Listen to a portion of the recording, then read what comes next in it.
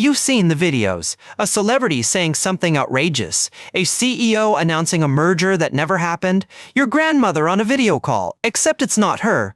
For centuries, video evidence was the gold standard. Courts relied on it, journalists staked their careers on it, and ordinary people trusted their own eyes. That era is ending, and what comes next might be worse than anyone predicted. In 2023, researchers counted roughly 500,000 deepfakes floating around the internet. Sounds like a lot, right? It was just the beginning. By 2025, that number exploded to 8 million. That's not linear growth, that's a 900% annual increase. And here's the part that keeps security researchers up at night. The real threat isn't the fakes themselves, it's what happens when everyone knows fakes exist. Let me explain. There's a concept called the liar's dividend. Sounds academic, but the idea is devastatingly simple. Once people know that convincing fakes exist, they start doubting everything, including real evidence, especially when that evidence is inconvenient. Politicians have figured this out, so have criminals, and increasingly, so is anyone who gets caught on camera doing something they shouldn't. According to the Brennan Center for Justice, public figures can now dismiss authentic recordings as AI-generated, and a growing percentage of the public will believe them. Pointer puts it bluntly, politicians and even police have learned they can deny, invoke AI, and move on. Whether the specific claim holds up almost doesn't matter. Think about what this means. Video evidence used to settle arguments, now it starts them. Someone shows you footage of a politician taking a bribe. Is it real? Deepfaked? How would you even know?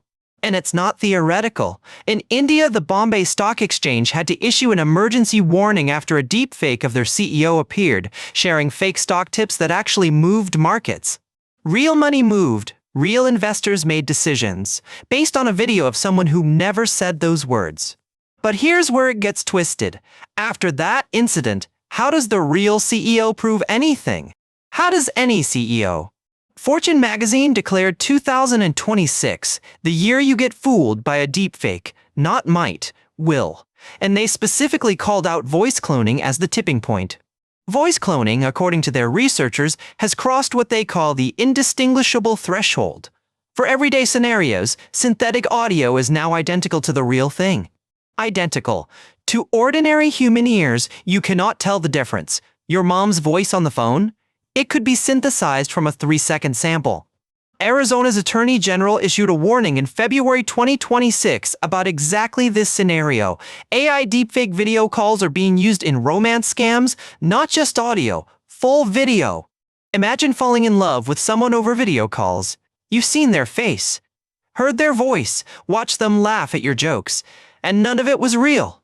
These aren't hypotheticals. The Arizona AG's warning specifically cited active scam operations using this technology right now. Real victims, real losses. And it's getting easier. The tools that used to require expertise and expensive hardware are now apps, consumer products, free downloads. OpenAI launched Sora as their flagship video generation tool. It was burning to $15 million a day in computing costs, and generating exactly the chaos you'd expect. By March 2026, OpenAI pulled the plug, shut it down. The app had generated only $2.1 million in total lifetime revenue against that $15 million daily burn rate. But here's the thing. Shutting down Sora doesn't shut down the technology. The genie is out of the bottle, and there are a dozen other bottles being uncorked as we speak. Psychology Today examined what they call the fake defense, the psychological impact when people learn to use "that's AI" as their default dismissal. The research suggests that when fake becomes a reflexive defense, we stop evaluating evidence on its merits. We evaluate it based on whether we want it to be true. This is confirmation bias weaponized. If I don't like what the video shows, it's fake. If I agree with it, obviously authentic. And the technology keeps improving. The tells that experts used to rely on, weird blinking audio sync issues, lighting inconsistencies, they're disappearing. According to NBC News, experts are warning of what they call a collapse of trust online, not gradual erosion. Collapse. So where does this leave us? Courts used to accept video as definitive proof. Now attorneys are having to authenticate footage like it's a disputed document from the 1400s. chain of custody, cryptographic verification, expert testimony on metadata. The simple act of showing a jury what happened is no longer simple. Some researchers argue we need to move to what they call provenance-based trust. It's not about whether a video looks real. It's about documenting where it came from, every step of the way. Think of it like evidence handling in a crime scene. Every transfer documented, every access logged, every modification tracked. Sounds exhausting, right? That's because it is, and most of the internet isn't built for it. Neither are most of our institutions. The technology companies themselves are struggling.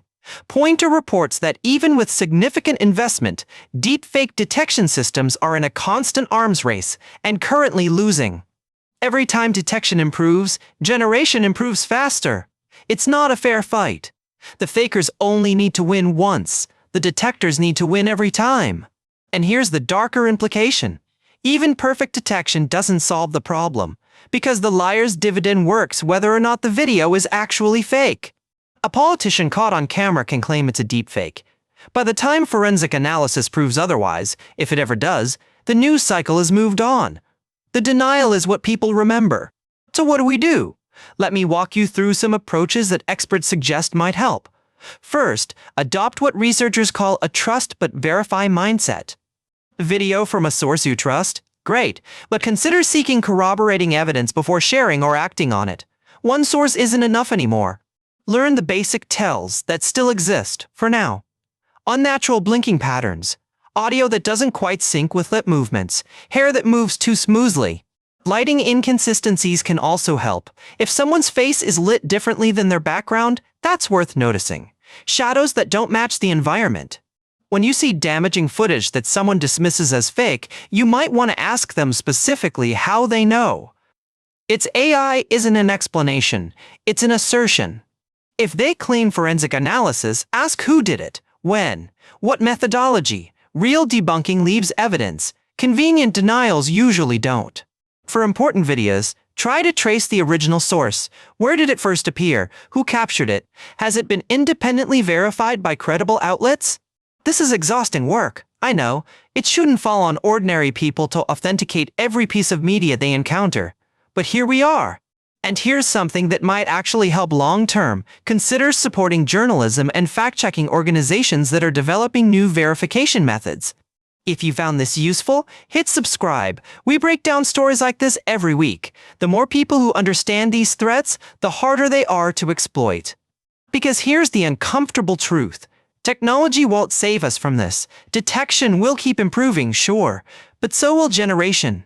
What might save us is something older and less glamorous, critical thinking at scale, a population that knows how to evaluate evidence. That demands proof, not assertions. The Brennan Center's research suggests that shrinking the liar's dividend requires public education campaigns that match the scale of the problem. Billions in investment, not millions.